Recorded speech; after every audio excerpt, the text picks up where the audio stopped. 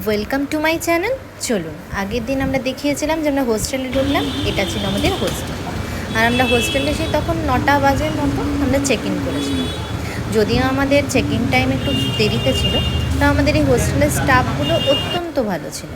আর এটা হলো black pepper, ওখানকার পেট ডগ। খুব মিশুকেও, খুব ফ্রেন্ডলি।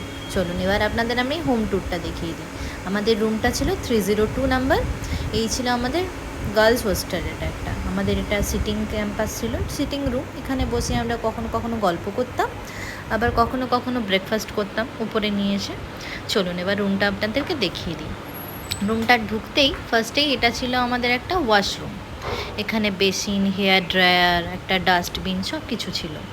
দেখুন, খুব সুন্দর। আর দেওয়ালের আর্কিটেকচারগুলো এত সুন্দর। এই ছিল আমাদের বেডগুলো। 6টা বেড ছিল এখানে, উপর নিচ করে, আপ অ্যান্ড ডাউন মতো 6টা বেড ছিল।